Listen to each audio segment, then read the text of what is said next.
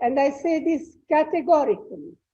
India is crippled by a political leadership today that has no empathy for the people. The Modi government has failed the people of our country.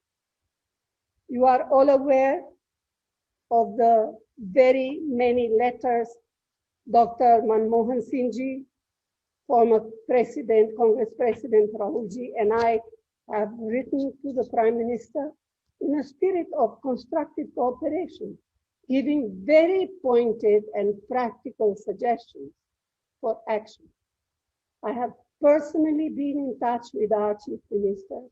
They too have spoken continuously to either the Prime Minister or ministers or the ministers concerned about the seriousness of the situation in their state. ABP Sonja, Josh Jazba, Junoon.